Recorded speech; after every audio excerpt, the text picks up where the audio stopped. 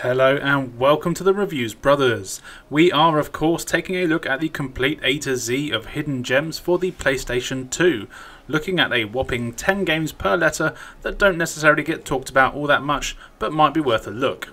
Now, with more than 4,000 games released for the system, it's no surprise that I might miss a few of your favourites here and there, so be sure to let us know about as many games as you can in the comments below.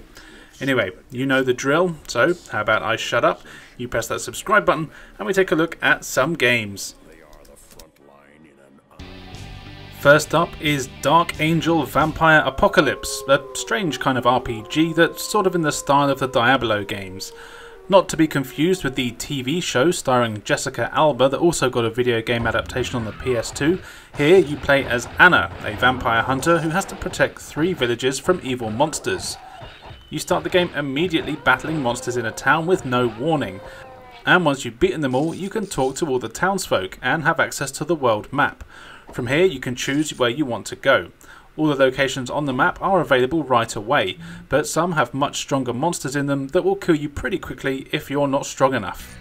Luckily you can access the map at any point by pressing start, and can run away to a town that isn't infested with monsters or to one of the dungeon towns. The 3 towns that you have to defend basically have massive underground dungeons in them. You start at level 1 in each one, and once you're there it turns into a dungeon crawler where you explore each floor of the dungeon, fighting monsters, collecting items and levelling up. The fighting is easy and incredibly addictive. You have a pretty wide range of weapons, from swords, axes, maces, guns, bombs and more. These are found by killing monsters or by ransacking some of the many chests that are hidden on each floor, so you'll want to take a look at the stats and perks of each one, as some of them even offer bonus damage to certain monster types, or maybe inflict fire damage, or even something like a vampire sword that will drain health from enemies. The variety is actually quite impressive. It won't take long before you find some combinations that suit you, and you'll also find armour and boots. Armour makes you take less damage, and the boots can make you move faster and jump, though there's never really any need to jump. You can assign weapons and items, like health potions, to all of your 4 face buttons, so you do have a combination of weapons at your disposal, making you ready for any occasion. I really like this. Once you've explored enough of a floor, you need to track down the staircase to go to the next floor, until eventually you fight one of many bosses. These are large, tough enemies, and it can take a bit of punishment. You can actually just ignore every other enemy if you want to until you find the exit, but you won't stand a chance against the bosses if you do this, and you'll need to kill as much as possible just to level up. A good way to do this is to visit the towns that aren't dungeons. These just have a pretty much unlimited number of enemies spawning in, so you can grind as much as you like and level up. It can take quite a while to level up though, so be prepared to put in some time. But the whole gameplay loop here is just so damn addictive that I really had a hard time putting it down. In all honesty, it's not even a particularly impressive game in almost any way. The graphics are kind of basic, the gameplay is bare bones and quite shallow, but I had a really great time playing it, levelling up and going back to dungeon floors that I struggled on and smashing through them with a new weapon after levelling up a bit.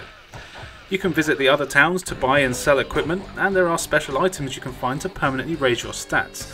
There's one for health, one for strength and one for mana. You only find one type of these in each dungeon, forcing you to switch between where you're fighting to level up the different attributes. Then you take them to specific towns to increase the stats on top of your regular leveling up. This is very addictive, and I've considered going back to it quite a few times since playing it. As you can tell, I'm quite a big fan of this game, and I'm not entirely sure why. But if you like dungeon crawlers, I would say this is a great one to check out.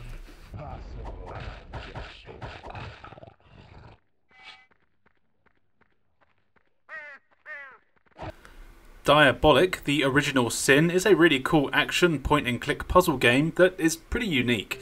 The story starts with you as a woman called Eva locked in a prison cell, and when you're about to escape, your captors come in and throw a dead body in with you. That body happens to be your friend and master thief and assassin, Diabolik. He's been killed. Then the game sets you back 72 hours and you play through the events leading up to his death so you can find out what happened. The story here actually really got me hooked, which, as Beltbuckle Bill will likely tell you, is a very rare thing. But I'm actually a big fan of point-and-click style games, and this one really did get me interested. As it's on the PS2, the controls are quite a bit different, and in a good way. You move your character with the analog stick, and when you're close enough to things that you can interact with, they start to glow. You have some info in the top right of the screen that always tells you what each button does, which is very handy. So it's very easy to interact with things, pick up items, look at things and use the items that are in your inventory. And that's basically what the whole game is. You'll be walking around the environments, which take you all over the place, and you just have to interact with everything and try using all your items with all sorts of other things. What's good is that you can't waste items when you have them, so you never get completely stuck. However, this can mean that the game sometimes falls into the trap of that thing that a few point-and-click adventure games do, which is where you're stuck, and rather than finding a logical answer to a puzzle, you just have to resort to trying every combination of item with every object you see, and eventually something will work. After a while, you do get used to the sorts of puzzles though, and will be making an effort to use the correct items, inspecting objects, and so on. Unlike some games of the sort, you can actually lose this one. There are a lot of guards and enemies in the game, a lot of which have to be snuck around, but sometimes you have to use a variety of your weapons on them, like your blowgun or sleeping grenades. When this happens, you'll need to complete a minigame to successfully kill or subdue the guard, and if you don't do it in time, you lose and gotta reload the area. There's other sections where you have what are essentially quick time events and mini-games to do things like dodge or use your grappling hook, and these are always really well done. The game also does a good job of keeping you informed of what you need to do control-wise, which is nice. Something that really stands out with this one is its presentation, which I really enjoy. I read that the game is based on a comic book, and they really leaned into the comic book style here. Cutscenes are a mixture of FMV and comic strip style animations that work really well. The game also has a really cool intro with its own theme song, which is really great, and the things like when you talk to people and how it's all handled is really engaging and makes you want to listen to what people have to say. One gripe I do have though is that none of the talking is skippable, so if you accidentally press the interact button with something you've already done, you sometimes have to sit through 5 or 10 seconds worth of talking and Diabolik telling you the same thing over and over, or if you talk to a person that has nothing new to say, you can't skip what they've already said. The voice acting is a very mixed bag. Diabolik, well actually it's pronounced Diabolik I think, sounds pretty great, but some of the other characters sound like they've just got an intern to record a few voices, but then again I grew up with Resident Evil, so I kinda like it. Overall though, if you're a fan of cryptic, story-driven point-and-click games, then this one is really worth a try.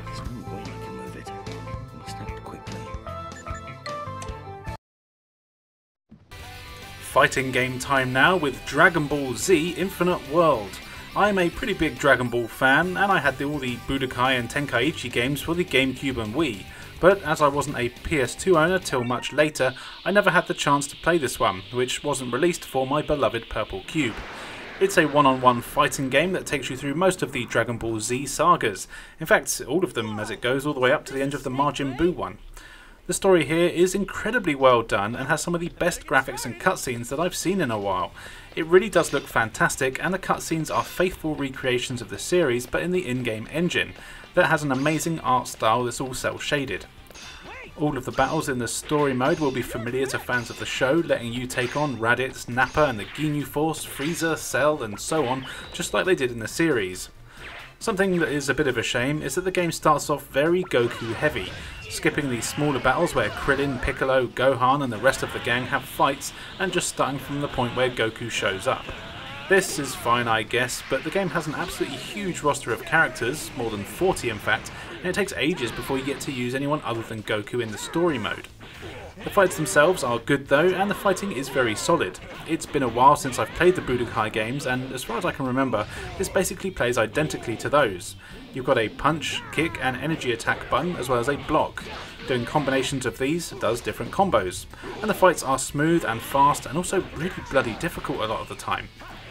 Even though the fighting itself is easy to pick up and play, and doing specials is literally a case of pressing one direction and the energy attack button, meaning you'll be doing Kamehameha's in no time, the opponent AI is crazy good and you'll get your ass kicked a lot. It took me forever to get past Frieza, and I was getting quite frustrated, so I had to leave it and come back to it a bit later. Even on the easiest difficulty, enemies will dodge your attacks, parry your moves, deflect your blasts, and then smash you in the face with a super attack immediately, and it doesn't hold back, and you really need to practice a lot so you know how to block, dodge and counter yourself. Thankfully, the world map you explore has lots of training levels against the good characters. You use these to build up skills and earn Zenny. You can use the money to buy capsules in the shop. These contain perks and new attacks that you can equip to your characters, boosting their stats and giving you more powerful attacks. This is essential to winning fights, as characters are kind of balanced like they should be in the show, having vastly different attack powers and life bars. So if you don't sort this out, kind of like I didn't when I first fought Frieza, he had about 8 life bars and I had 3, meaning after just 2 or 3 of his bigger attacks I was dead meat. But the whole point is to buy moves and perks and power up your character with them. There are other battle modes like what if scenarios, and of course one-on-one fights that you can do where you can choose from any of the characters you've unlocked, and these are always good fun and needed practice. There's also levels where aren't fights, and they're kind of like mini-games or even platforming sections. There's one where you have to explore a 3D area looking for checkpoints, or you've even got to run down Snake Way or chase Bubbles the monkey and that sort of thing. It's cool to have these in there, but I did find that they were kind of redundant after a while. This would be a great game to play with like-minded friends, but I would say that if you've any of the other Budokai games, then you probably can skip this one, as a lot of the content, especially the story mode, is the same that you've seen in all of those ones. But it is still a fun game that might be too hard for casual gamers to get into, but if you're a massive Dragon Ball fan, then you should get a kick out of it. Though, I guess if you're a massive Dragon Ball fan, you probably already own it.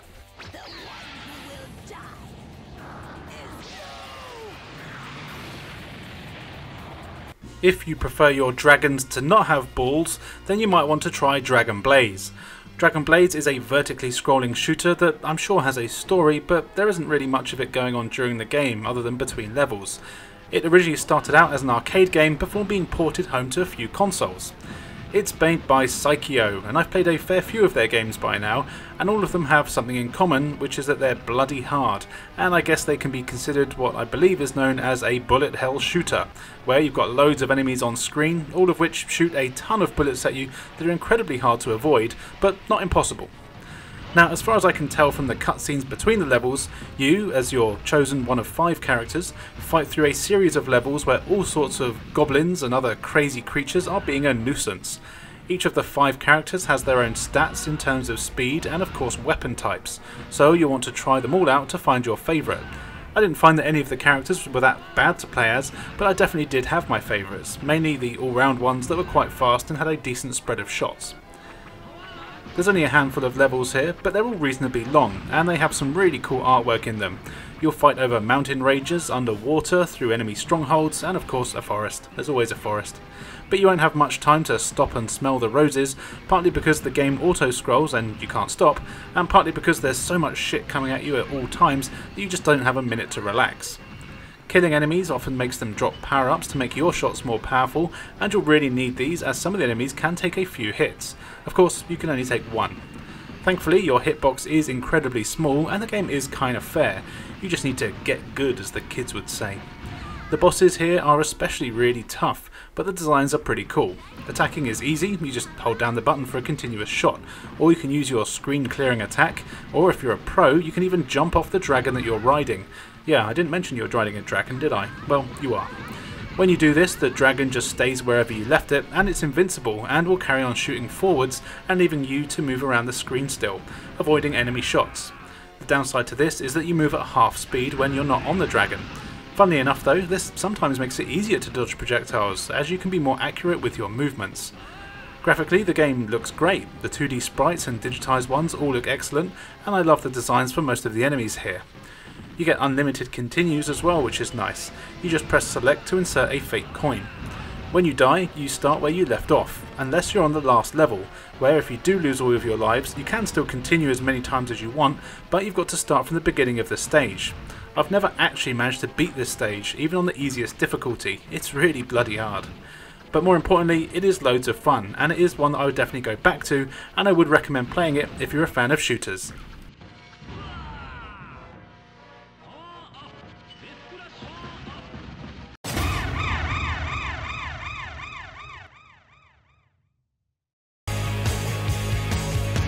Well, somebody told me to play Darkwatch Devils, complete all the levels, and then do time trials, and reverse is gay. It's not confidential, it's got potential. Hello, I'm Beltbuckle Bill, and here are my thoughts on a video game. Darkwatch Devils is a vehicular racing game, released on the PlayStation 2 in 2002, brought to you by Vantay Systems, D3 publisher, and Midas Interactive Entertainment. There is no storyline, at least not one that I could figure out, but that's not unusual for a racing game, so let's not lose our shit just yet. There are 4 modes to choose from: Off-Road Race, Gymkhana Race, Versus Battle Race and Free Race. Off-Road Race takes you through 5 courses, twice each, with no discernible reason as to why you need to race the same track twice. I imagine it was to pad the game out a little bit. You have to place in a certain position in order to progress to the next stage. Win the final race and you are the King Devil. This is only an assumption, I didn't get to the final stage. Gymkhana Race, or Gymkhana, no idea, but it's a time trial. You race around a track, different to those featured in off-road races, and see how fast you can go. There is a leaderboard, so you know if you are the very best, like no one ever was.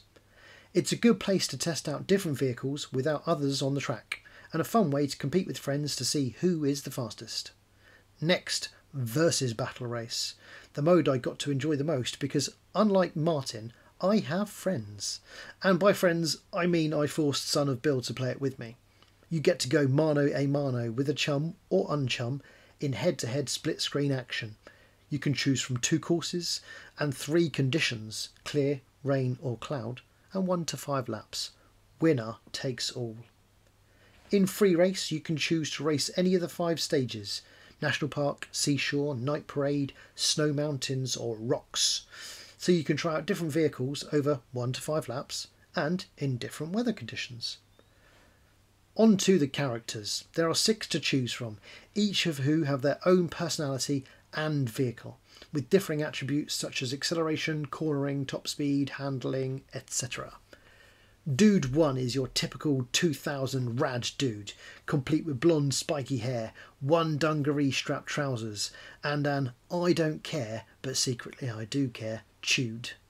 His ride is the Speedstar Buggy, an all-rounder with average attributes all round. Dude 2 is slick. He'd still look cool today, with his leather trouser and jacket combo and slightly undone cropped t-shirt. His car is Nitro Ninja, a drag car, super fast but not great at cornering or acceleration. Dude 3 is a lady dude, a feisty redhead in short shorts who likes to feel power between her thighs as she zooms around on her AT4 quad bike.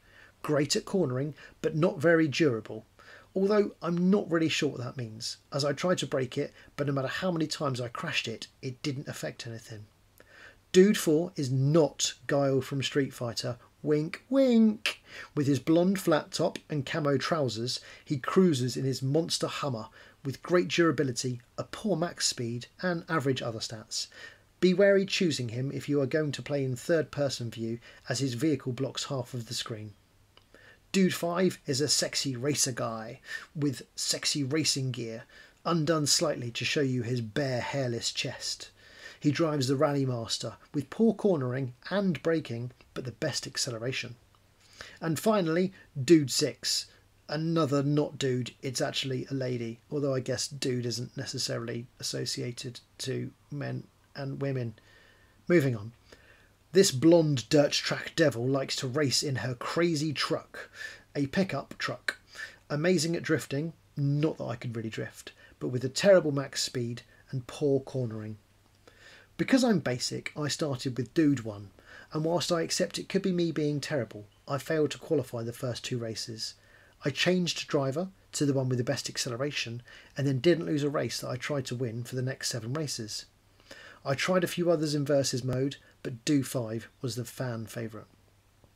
Gameplay is simple enough: accelerate, brake, no reverse, change view and left thumbstick to steer. You can choose to have automatic or manual gears, and whilst I understand manual is usually better, I'm not great at gears in real life, let alone fake life, so I stuck to automatic throughout. The vehicles respond to their attributes to a degree, but I didn't notice much difference with handling, drifting or durability. Only really acceleration and max speed seem to make a huge difference, but you don't really hit max speed for very long, so it doesn't seem to be a huge benefit. They've tried to make the stages look interesting, with your classic green hills and tree level, beach level, snowy level, city and mountain levels. There are people and houses dotted around, and the change in weather makes slight visual differences. As briefly mentioned earlier, there are 2 views, third and first person. With third, of course, you can see your vehicle, which is simple enough, and then in first person you see nothing but the track ahead. Whilst this is good in some respects, it's so bumpy it was actually nauseating to watch at times, so I very quickly stuck to third person. With bigger vehicles you can see less, so the small vehicles are better if you want to stand a chance of seeing what lies ahead of you. Would I play it again? Only if someone else really wanted to play it. It wasn't terrible, but as someone who isn't a fan of standard racing games, then I wouldn't gravitate towards it. But I did get a kick out of 2-player split screen. Would I tell my younger self to play it? As above. Whilst I enjoyed some elements, there were much better racing games out there to spend your money on. Would I recommend it to a friend? Only if they loved racing games. Overall, whilst I enjoyed the ride, it isn't an experience I'll be repeating. Sometimes Martin and I play the games, so you don't have to. Thank you so much for watching and or listening, and if you like this content, then like it. If you want to see more, then subscribe. Game over, man! Game over! Here's a great game that doesn't get the love it deserves. It's Darkwatch from Capcom. Darkwatch is a first-person shooter where you play as Jericho. Original name, I know.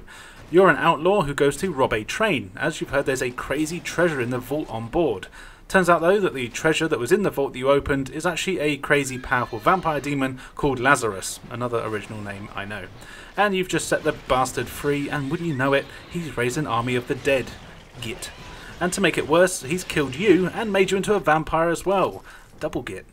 Lucky for you, this actually kind of helps you out, as you now have vampire powers. So, on top of your already impressive human outlaw powers of being able to shoot stuff real good, you can do crazy vampire shit. Another stroke of luck is that you happen to have not been the only person on that train, and there was a sexy woman also on board who happens to work for the Darkwatch, a super secret group of gunslingers who protect the world from evil. As Jericho isn't actually evil, he reluctantly joins the Darkwatch and goes on a mission to right his wrong and take down Lazarus. What really sets this apart from other FPS games of the time is the awesome western undead settings. Yeah, we've got Red Dead Redemption these days, but at the time there was really nothing like it. The game is largely level based and quite linear, so you'll go from level to level where your objective is basically to get from A to B, but actually doing so is actually loads of fun and can also be frustrating at times. Being a western, you get a load of weapons, as you might expect.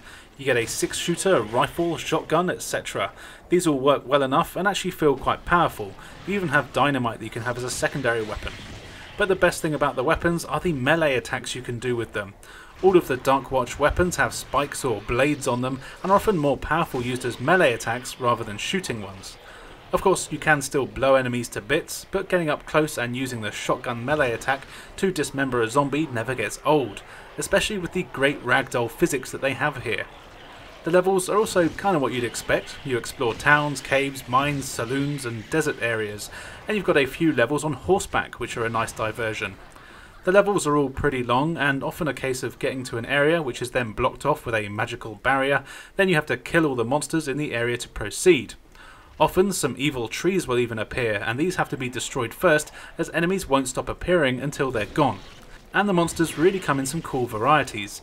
Most of them are just zombie things that run at you, but you've got undead gunslingers, snipers, big fat blob men, and of course the big boobed saloon looking banshee prostitute ladies.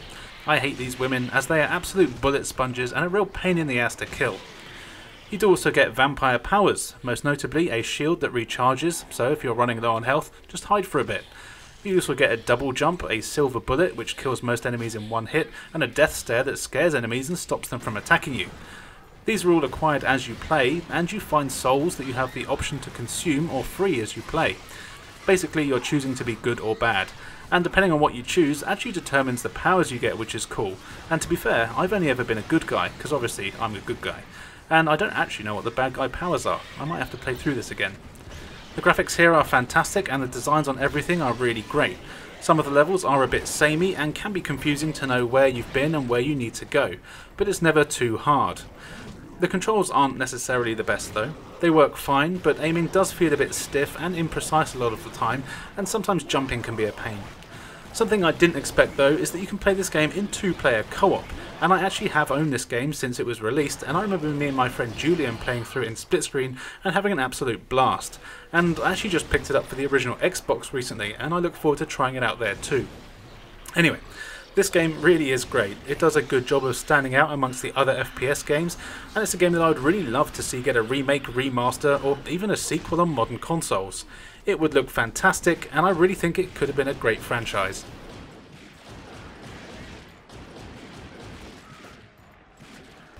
Deep Water is an interesting budget title from the Budget Kings at 505 Games. Here you play as the captain of a ship and you're plonked into a pretty large open world in your boat.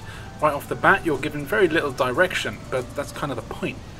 Once you've figured out the relatively simple controls, which to be fair are actually explained to you, you get exploring and you'll soon find one of a few harbours.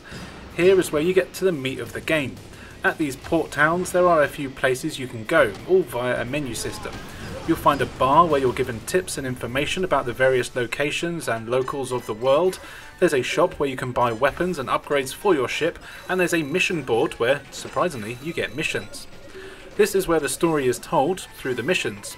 To get them to appear, you often need to speak to everyone in the bar, which will let you find out that people need a ride somewhere, maybe making a delivery, or something's lost, or even that some sharks or pirates are being a pain in the ass and need to be shot in the face.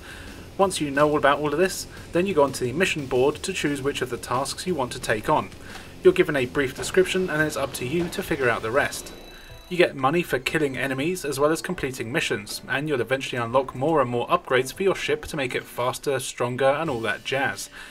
Exploring the open seas can be tricky, at least it was for me for the first couple of hours until I realised that if I went to the back of my boat I could have just gone to the chart that is kept in the storage and see where I needed to go. Somehow though, I was able to find my way to most places thanks to the directions given in the mission briefings. What an idiot.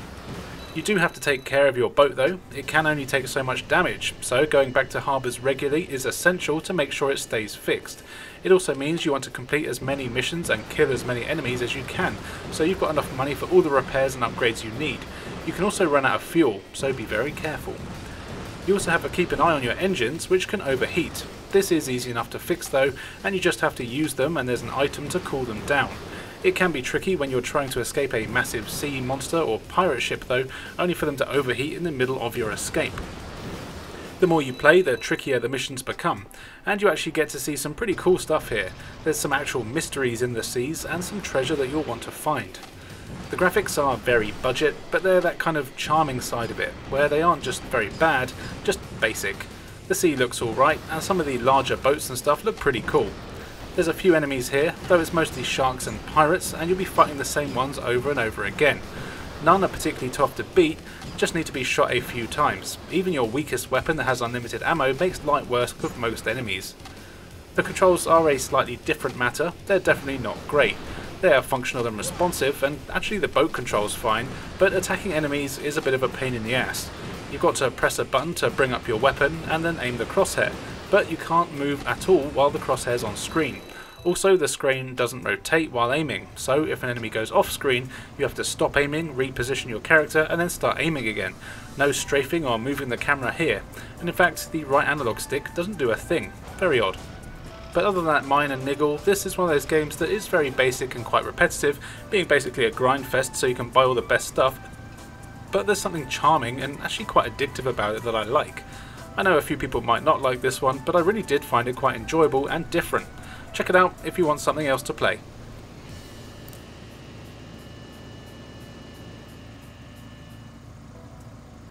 Here is Dino Stalker from Capcom. This is a cool light gun shooter that works a little differently. It's another game that I owned back in the PS2 days, and one that I don't really think I appreciated as much as I probably did playing it again through for this video. This game is a spin-off of the awesome Dino Crisis series, and you play as a World War II pilot who gets sent back through time after the scientists of Dino Crisis. They decide that the best way to deal with the dinosaur menace they've created is to send them through time. But forward, not back, only it all goes wrong. So yeah, somehow it all gets messed up, and as you're taking down some jetties in your plane, you suddenly appear in a prehistoric looking time and are surrounded by dinosaurs. You have to battle your way through a bunch of levels and time periods where dinos are wreaking havoc so you can get back to your time and of course save the world from toothy lizards. It's a rail shooter, but this one works differently in that you can actually walk around freely here using the joystick.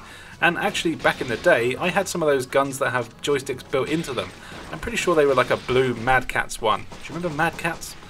Of course, the light guns don't work on modern TVs, and I may or may not be emulating this, so I had to use a controller, and that actually does work well enough for the most part, but will never beat shooting enemies in the face as with a light gun. So you wander around the levels, which are still quite linear, and you shoot everything you see. And I do mean everything. Sure, there are plenty of dinosaurs, but you can also shoot all the plants, trees, rocks and boxes that you see. Doing this will reveal power-ups like health packs, extra lives, and a surprising amount of weapons. You always have a pistol with unlimited ammo, but you also get a secondary weapon, and these come in the forms of shotguns, machine guns, lasers, rocket launchers and grenade launchers. These are all really powerful but have limited ammo, and you can only carry one at a time. But what's cool is that you can switch between your pistol and this secondary weapon as often as you like, so you don't have to waste it all straight away. You can also find crystals in the levels. These are important as they give you extra time, and you have a limited time on each level. If you run out of time, you have to restart the level from the very beginning, so get used to picking these up. Oh, and be aware that while you can shoot crystals to collect them, any of the other items have to be walked into if you want to pick them up. Shooting weapons or health will just destroy them.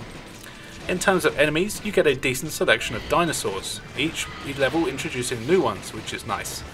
You start with raptors, but you'll soon be fighting pterodactyls, plesiosaurs, triceratops, T-rexes, and a bunch of other ones that I don't know the names of. The dinos all look really good, and I'm a big fan of the graphics here. The levels also have a ton of detail in them, and being linear must actually help with this.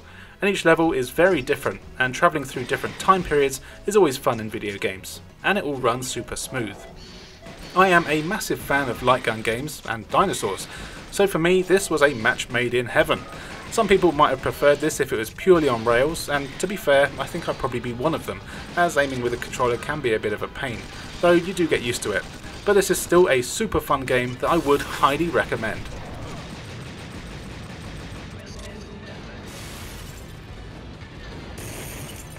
Next up is a game that is probably a bit more well known since the invention of the internet. It's Demolition Girl. This is a wacky budget title from our friends at 505 Games again. Expect them to cop up a lot in this series.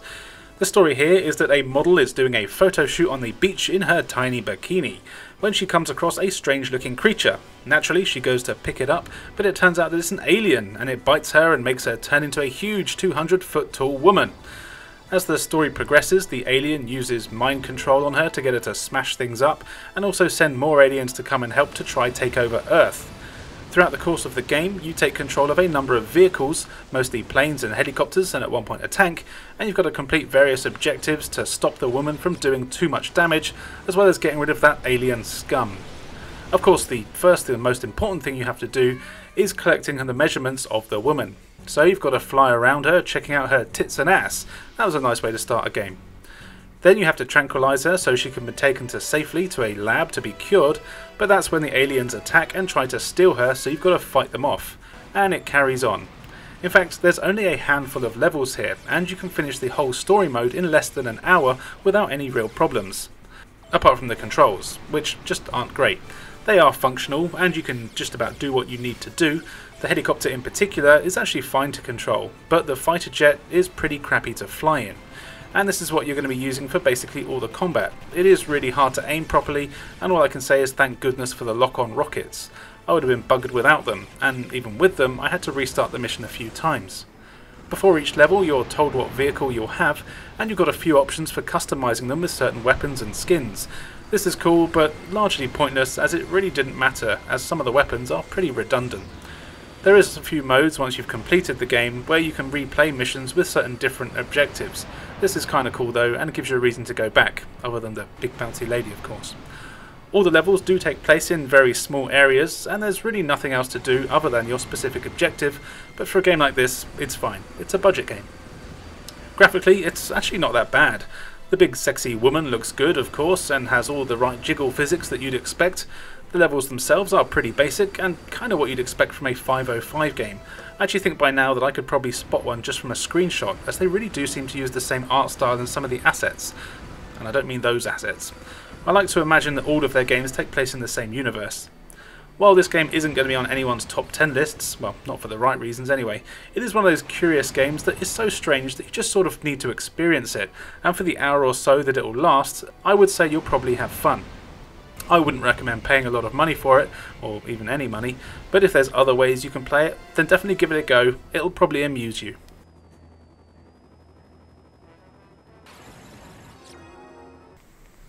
And finally for today, here is Disaster Report. This is a cool action survival puzzle game where you play as a reporter going to the fictional capital city when a huge earthquake hits, causing mass destruction. You were on a train at the time but managed to survive and realise that you're on a bridge that's about to collapse, so you got to get off that damn bridge and get to safety. But it's not that simple. Even once you've managed to get off the bridge, you find that the city is in ruins and that there's people all over the place that need your help. Throughout the 7 or so hour story mode, you'll meet loads of other characters that need rescuing from certain death, or even give you little puzzles or riddles to solve about what's actually going on. This is often where the puzzle elements come into play though, as they give you simple tasks and puzzles to do in order to save the civilians from falling off of things or sometimes being crushed or that kind of thing. You'll have to explore the environments to find items which let you craft new items or can be used at certain points to help you out. You also need to be sure to carry water with you at all times, as you can die of dehydration, which in this world doesn't take long, maybe 10 minutes or so if you're doing some particularly strenuous activities. Thankfully, there are water outlets and taps that can be used to drink from or fill your water bottles. These can be used as many times as you want once you've found them. You've got a backpack which can carry a limited number of items, and along the way you'll find bigger ones as well. People you rescue will often join you for a while, and it can help you reach things you wouldn't normally be able to, and you'll need to work together to solve a lot of the puzzles with these people. At times you'll need to choose which people or person to take with you to various places, and each one has their own strengths and weaknesses. Some are stronger, some are bigger, some are smaller, and some are more agile, so they'll all be required for different parts of different missions. As you play, more and more tremors and quakes will keep happening around the world, and the city around you gets more and more destroyed. This is really cool, and seeing the buildings collapsing around you is actually quite a nice touch. The story here can be a bit slow to get going, and there is a lot of talking, some of which pushes things forward, but some is just people waffling on. Thankfully you can skip a lot of it, so it's not that much of an issue. You'll also learn that there's more than meets the eye to these earthquakes as well, so being a reporter, you need to get to the bottom of it, no matter the risks. Controlling your character is quite good, but there's definitely times where you don't have the response or agility that you need to get through some of the sections. Sometimes it doesn't help that the camera is pretty damn terrible as well. You can't control it freely, but you can make it go behind you with the L2 button. You can also hold triangle to go into a first person mode. But even with these things, it makes it hard to find items that can be right in front of you, as a lot of the areas are very cramped and full of smashed up stuff. Not ideal. But I do have to say that I really like the idea of this game. It's a fantastic concept, and I'm actually pretty sure that I've got a similar game, which might even be a sequel, on both the Wii and the Xbox 360. I'll have to get around to trying those out at some point. So yeah, if you want a game that is unique and surprisingly exciting, even if quite a bit janky, then this one is well worth checking out.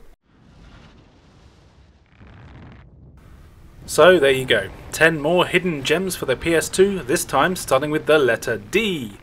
As always, keep suggesting games for future videos, and if you want your voice in the video, just let me know and I'm sure we can sort it out. But for now, all that's left for me to say is thank you for joining us, and we'll see you next time.